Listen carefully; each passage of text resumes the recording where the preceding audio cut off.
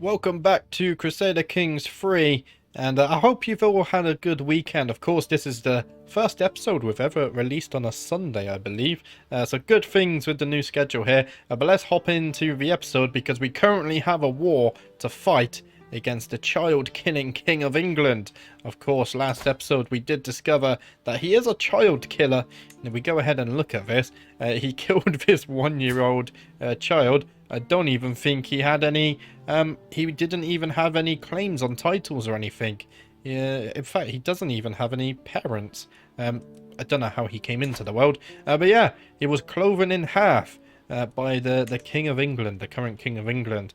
So we decided to push one of our vassals' claims for the Kingdom of England because we don't want a neighbour who's running around killing children now, do we? So let's go ahead and move all of our armies down towards England. We're going to start sieging here, and this could be quite a tactical episode. It's been a while since we've had a big war. In fact, I think this is our biggest war yet. So let's move in and siege here, and we're also joined by our allies, the King Les of Wales here. I almost forgot his name. And of course, King Helgi of Sweden. So Sweden and Wales also joining us in the war. And in fact, you can see the Welsh army just down here. We can ask our head of faith for gold. So let's go ahead and do that. It's free gold. We're actually very rich right now. Greetings, High King Fairchild of Ireland. I have considered your plight and decided to grant your request. May these funds help you spread the true faith in your lands. I will use this wealth wisely. Thank you very much. The Pope there giving me plenty of stuff to be happy for. I think the Welsh army is going to come in and reinforce us here, so we don't have to worry about sending this army. In fact, we almost just lost this battle. Hopefully we didn't lose any champions or vassals there. In fact, the King of England is in this battle. There we go. Let's go ahead and see what happened in this battle. We have captured an enemy, so that's good. Let's see, details, champions. We go to events. We did wound one of their champions. We killed two of their vassals, wounded another champion, and we also captured, let's see, Princess Agatha of Cornwall. No, that's spouse. Sorry, I was looking at spouse. There we go. I was going to say, they don't look like a princess. Prince Sigelhelm here of England, and he owns the Duchy of Cornwall. That's interesting. Now, I think what we're going to do with you is you're currently in house arrest, right? We're going to move you to the dungeon. I know you're a prisoner of war, but we can't risk you trading information back to the King of England here. Is that the only prisoner we caught? It was. So you're going to be stuck in the dungeons, I'm afraid. Is this what we just witnessed? Apparently there was no events. Ah, yes, this is the battle we just... There we go. Let's go ahead and dismiss that. So we can continue our sieges here. So let's continue on sieging. And we already won the first battle in the war for England. That's a very good start there. It seems there's another battle going on here. Sweden getting involved in some battles too. Oh, I do love this. This is war on a very grand scale here. And if you consider the size of England to some of these other countries, there's some much bigger wars going on here. The frame rate dropped a little bit there when zooming out. Let's go ahead and zoom back in. It seems our sieges will be completed soon, and that should help our war school quite a bit. There we go. So we now control Lindsay, and we also got 26 gold from sieging here. Where should we take this army next? I think we're going to go ahead and take them down to Bedford. That should be fine. Try and keep all of our armies nearby as they move on and siege. We also managed to win the siege of Nottinghamshire. We gain another 24 gold there. We do take a prisoner. Let's see. She's not a vassal. We will keep her in house arrest just for now. In fact, no, there's no real reason, is there, to keep you as a prisoner? Your spouse doesn't own land either. In fact, so I will go ahead and negotiate your release. I could demand conversion even. She would convert to Irish insularism. So let's go ahead and offer her an ultimatum there. And we do manage to sway our vassal. There we go. 100 opinion there. Let's see. Is there anyone we need to sway? Let's go ahead and look at our vassals. She doesn't like us very much. There we go. She actually likes us the least. The new vassal of the Isles there. I will go ahead and start swaying her. Just so we don't get any rebellions. What can happen here? Prisoners can be ransomed. How many prisoners do we suddenly have? We have 3 prisoners. Ah, you are also here. Okay. I will also negotiate a release with you, just because you're not a lord. So if I negotiate release and demand conversion as well, this could be a good way to get Irish insularism into England. Right, let's go ahead and siege Leicester as well. I think that would be a good move. Keeps our armies next to each other. To the benign High King Fairchild of Ireland, I have no choice but to accept your conditions for my release. Farewell, Mildred. There we go. She does decide to convert. As does her husband. There we go. So they both convert. We've now also sieged Staffordshire and gained another 40 gold. So let's go ahead and move this army down. I think we're going with them. Let's go ahead and siege Warwick. That should be a good choice there, and it keeps everyone close by. Let's go ahead and close that menu. So it's been a good start to the war first. So far, it's been very lucrative, gaining a lot of gold. I think we've gained nearly 100 gold so far. Very impressive. This Warwickshire is going to take a little bit to siege. And we now control Cheshire as well. So that's another 24 gold. Let's see, we need to bring this army down. It's now winter as well, which is a bit worrying. Let's go ahead and siege Worcester here. I'm not sure how to actually pronounce that. It's kind of like Worcestershire sauce, isn't it? Is it Worcestershire? I don't think it is. No, that's Worcester, right? I'm pretty sure it is. I don't know. Let's go straight back into the battle. We can worry about pronunciation later. Now, we do have an event in the royal court. Let's see. Who are you? You are my archbishop. There we go. Finest raiment in the land, Elbrig. Who's Elbrig? You're my court physician and antiquarian. Okay, mostly because they ain't from this land, chortles Flanchad as I walk past his open chamber. His voice oozes charm, but even so, my other courtier seems unsure of the pitch. Almost new, just as good as new, and fresh from the trendsetters in King Les's court. These are what everyone in the Kingdom of Wales will be wearing next season. Okay. I give 50 gold to Flanchad. I gain some grandeur. Why would I give him 50 gold? Oh, so I can get some of those clothes. We don't need foreign nonsense in my court, or who cares what people wear. I do like King Les. If he's become a man of fashion, then I would be interested in seeing his fashion. Yeah, let's go ahead and see what the Welsh fashion has evolved into now that they... of course, are their own independent kingdom, and they can have their own independent fashion. It would be nice to see what's happening here. We do have an army heading up this way. I don't think we have to worry about them, though. That's all fine. I don't see any English armies either. We're not under siege. Acquaintance has been taken prisoner. King Swithred of England was taken prisoner. Okay, that's fine. There we go. There's an English army. It seems like they just lost against this army here. In fact, I think there's currently an independence war in England as well. Who are you guys? Oh, you're Asatru Norse. Oh, we have Asatru Norse back in Britannia. Oh dear. Neighbouring ruler lost war. Okay. We have a pop-up. We can... No, let's not declare more wars. We're already in a very big war, which we're winning quite easily. So we did win the siege of Bedford there. We gained another 33 gold. And we also did take a prisoner. Let's see, you don't own your own land.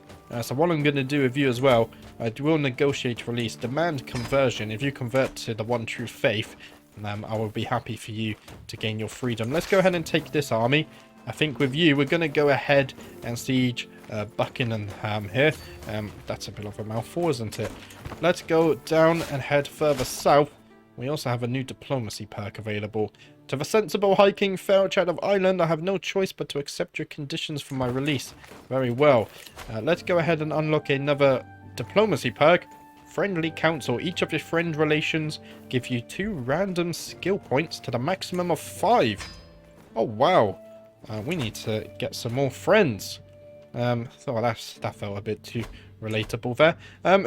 Who should we try and make our friend? The King of Sweden, maybe? I think they are going to stay here, aren't they? It does seem like they're going to be staying in Britannia for a while. So I will actually go ahead and befriend him. Let's see. Would that replace my sway scheme, though? Ah, it does. Maybe instead of trying to sway this vassal, maybe I could befriend her. If we can befriend her, that would give a huge opinion boost anyway. So I think that's the way to go. Let's carry on the war, though. We've just now sieged the county of Leicestershire. And we gained 23 gold, but we also managed to get a lavender jade pendant, which gives piety and monthly piety from buildings. The rich purple streaks are stunning. So we have stolen an artifact there as well. In fact, what we could do...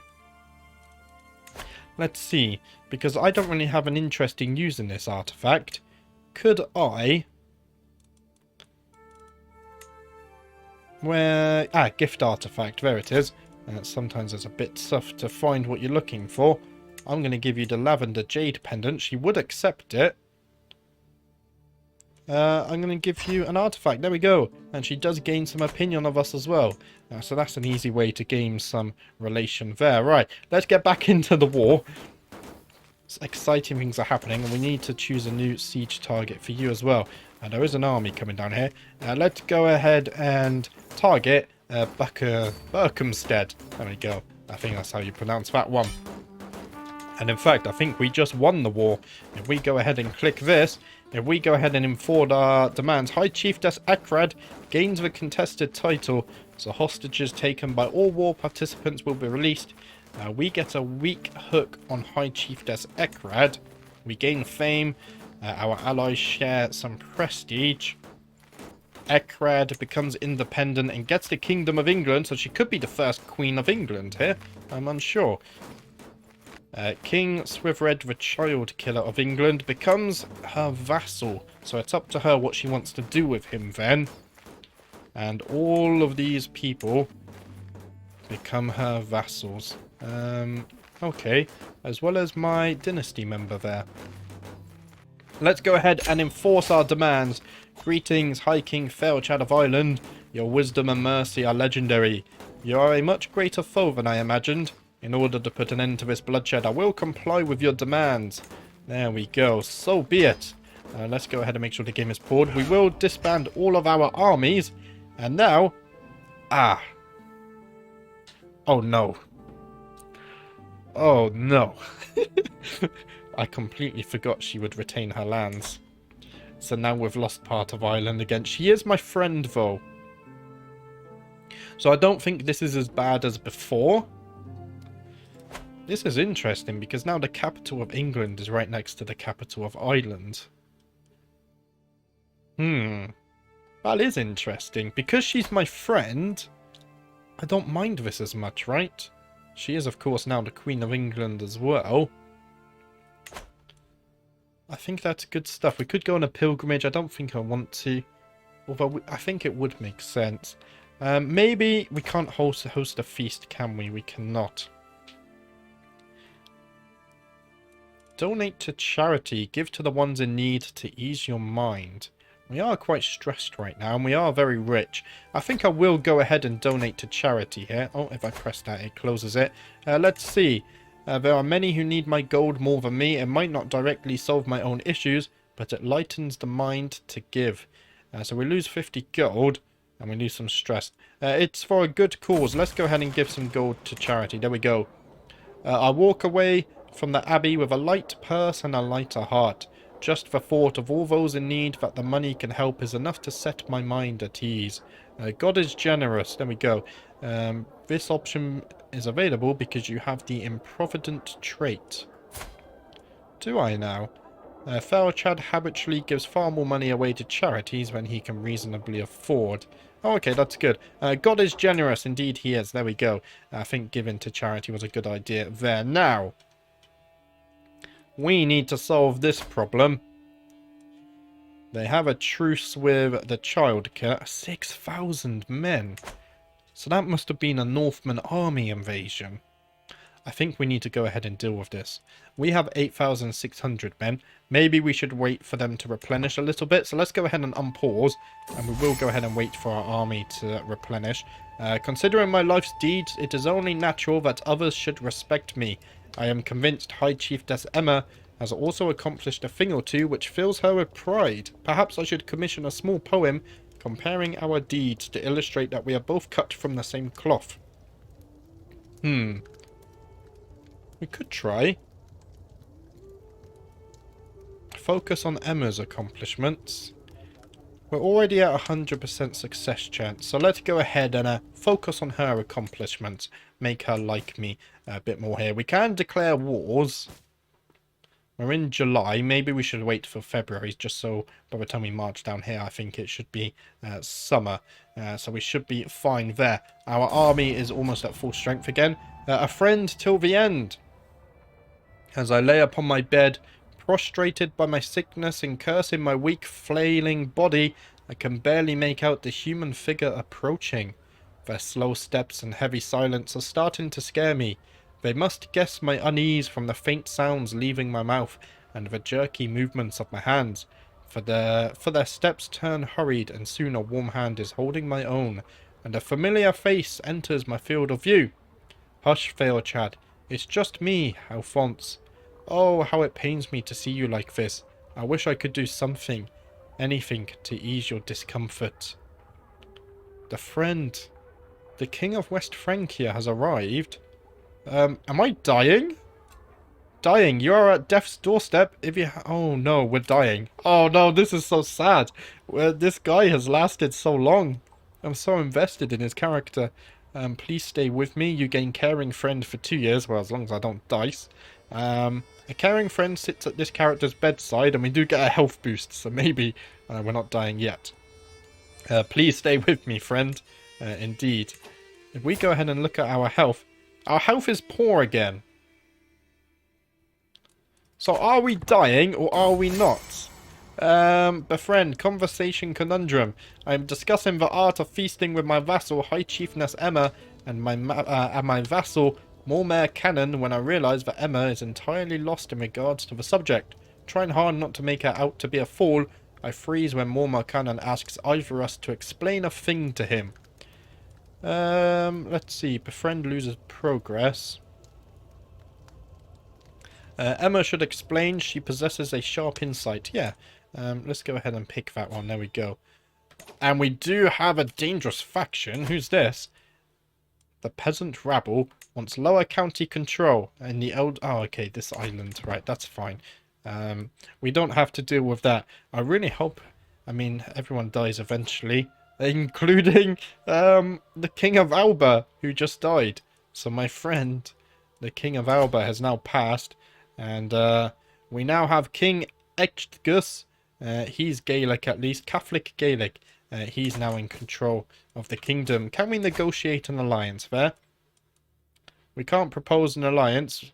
You already have one proposed alliance active. Oh, does it also propose an alliance to him, maybe? Let's see.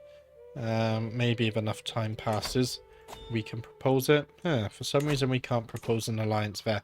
We can go ahead and hold court. However, if we're dying, is it a good idea? Maybe. I don't think we're actually dying anymore. I think we got away with it. Right. So let's go ahead and hold court. This could bring up some fun stuff. So let's go ahead and hear the petitioners. Sitting on my throne, I gesture for my guards to open the doors of the hall. A stream of people file in, some lining up in front of the throne, whilst others move out of the way so they can simply observe the proceedings. After several moments, all movement in the chamber has ceased. All faces turned towards mine expectantly. In front of me, I count 3 petitioners lined up in an orderly row, waiting for me to call on them. Let's go ahead and gesture for the first in line to approach. I recognize the next set of petitioners immediately. They are High Chiefess Anleif of Meath and Chieftain Alil of Ormond, a pair that are well known for their intense rivalry. Worryingly, they are not arguing with each other. Okay, so 54-year-old here and 67-year-old, both my vassal. Oh, you're someone else's. Oh, you're his owl. Okay. So they're both quite local to us here. My lord, begins High Chiefess Anleif of Meath. We have to tell you that many in your realm are intensely dissatisfied with the current tax regime. What? How many times have I granted tax relief within my life, and now a vassal comes to me saying they're disappointed with the current tax? Are they insane? They find it to be unjustifiably extortionate. Anleif and Alil acting as one on this only indicates to me that the problem is serious. Really? We are very rich though, so maybe we could actually offer a tax cut, I guess. Let's see. I'm sure if you looked at this another way, perhaps you'd. Let's see. I agree. I shall lower the taxes. So we get reduced domain taxes for 5 years, minus 10%. I'm happy to give a 10% tax cut here. We're in a very good place financially, so I think it's fair that we also let our vassals prosper a little bit as well. Let's see. In a brief moment of silence, I see Chiefess Catriona pursing her lips before realizing that it's her turn to speak. "My liege," she says, giving her some precious time to finalize her thoughts before continuing. So Catriona is my chancellor and vassal here. Smiles and laughter are a great indicator of a lively court. Thus, I have a suggestion for someone who would make a great jester to entertain us who could come to visit. My liege, if I may, High Chieftain Valdemar speaks up from the sidelines. A jester will ruin the sophisticated air of this court and replace its refinement with crude infantile humour. I don't know. We've had some good jesters in this court in my life. I think we've had 2 jesters, right? And both were good. One of them even led armies into battle. So, would an infantile person lead an army into battle? Probably not. Who are you thinking we hire as a jester? Cathbad here. I can't click on him, can I? We could make Valdemar the jester. I think that's a bit cruel. Let's see. I shall employ this jester of yours. There we go. I think we do deserve to have a jester. This guy, he's compassionate, trusting, and humble. There we go. He has a stutter as well. It could be an interesting combination. A peasant woman from the castle of the North Riding is brought before me, and no matter what the guards do, she will not stop dancing, trailing blood from mangled feet. I cannot seize, my lord.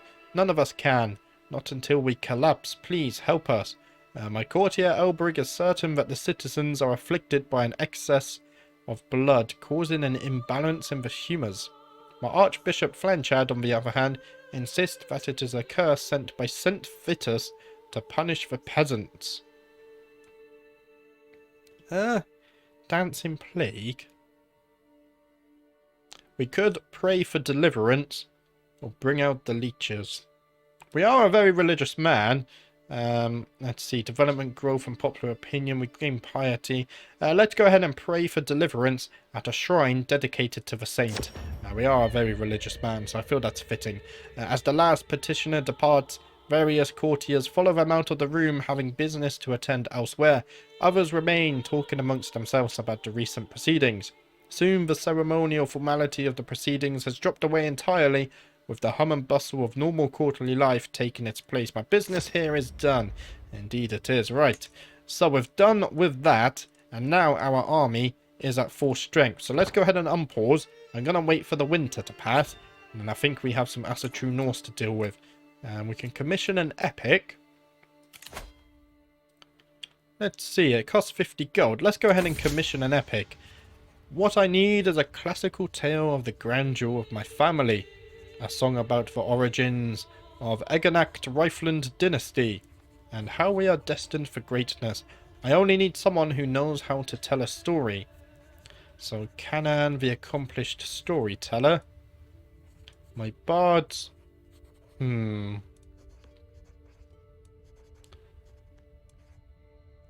Let's see. Let's go ahead and recruit Canaan here, the accomplished storyteller. He is Irish insularist and Irish as well, so he should know about my reign here. So I will go ahead and hire him to write the story.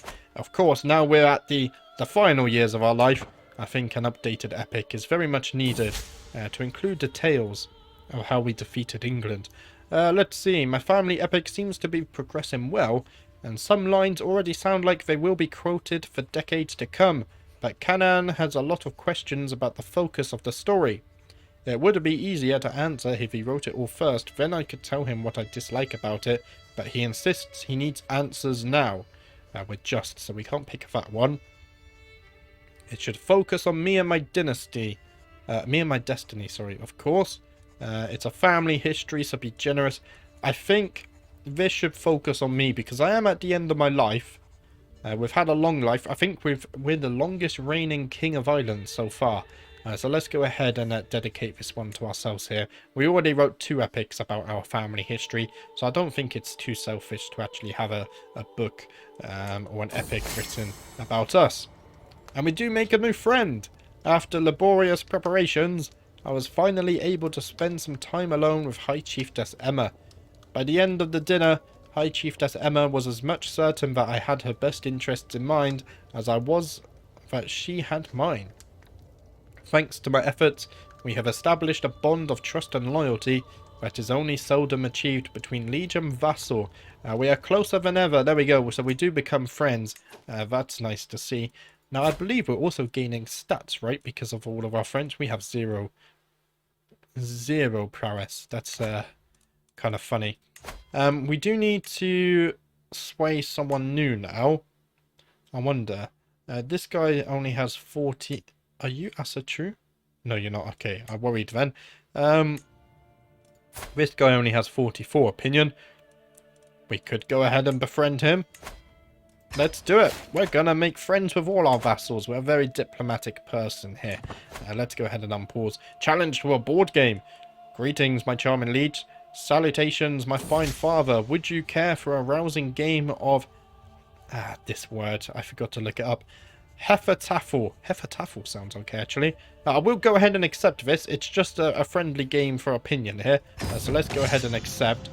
First, we do have this. My son, High Chieftain Felchad, comes to me, excited with news. I have been listening to the latest part of your family epic, and Canaan has discovered something very interesting.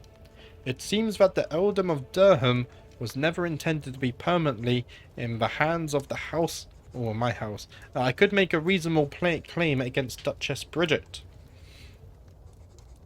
Wait, she's my daughter, though. No, we can let this pass. She's my daughter. What a silly suggestion. Oh, dear.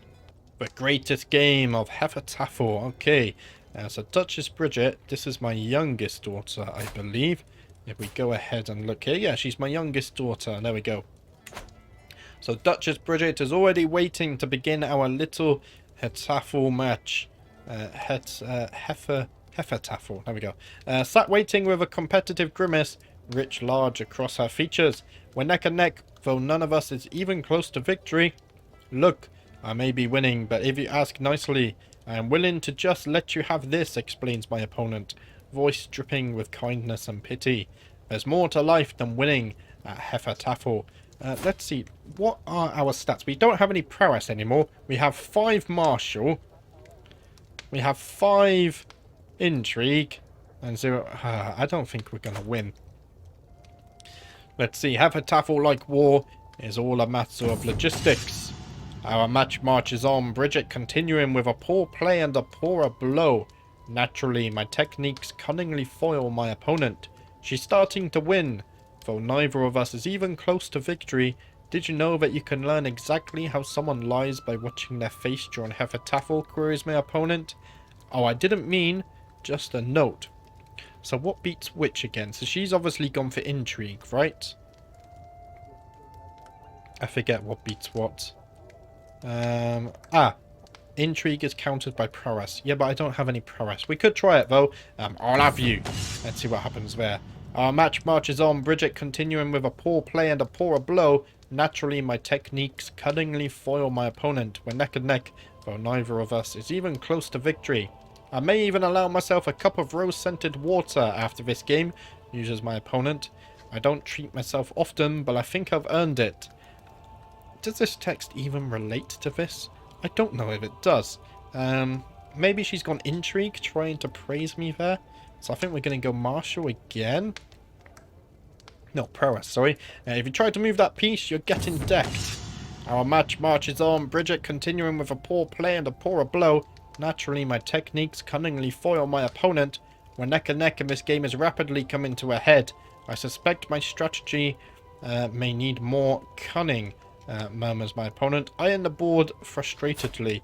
So, she doesn't have good stats either, actually. So if we don't win this turn, no, if she doesn't win this turn, we win, because we just have to defend for 4 turns, right? So she went intrigue again. So we're going to go prowess again. And there we go, with a roar of triumph, I surge to my feet, scattering pieces everywhere. This game of Heffertaffel is mine. Another fine victory and my indisputable rise towards the role of King of Games. Nothing but the shallow husk of a woman is left of Bridget. She can't believe I won. Let's see, an excellent match. I'd love to play again sometime. There we go. Let's go ahead and save that. And we do grow closer to forming a friendship with our daughter here as well. I should be able to help along my attempt to befriend High Chieftain Conchen by presenting him with a gift. Finding the perfect gift for someone can truly show how much you care about them. Now, because we are generous, let's see, I will find something truly extravagant.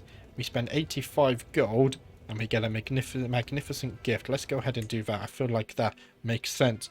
But if I look at the recording time, we've been recording for 31 minutes now. So it does seem like that's going to be the end of the episode.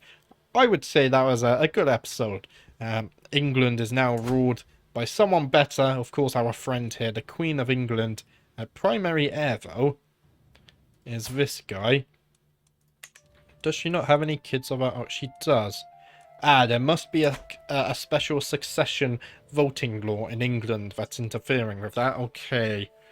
Well, that's something we'll have to address when my friend does eventually pass on the throne to the next person in line. Right.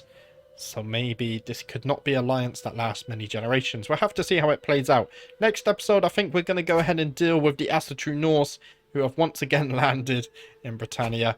But that's it for today. Thank you for watching. I will be back tomorrow at 6 PM UTC with the next one. And I'll see you then.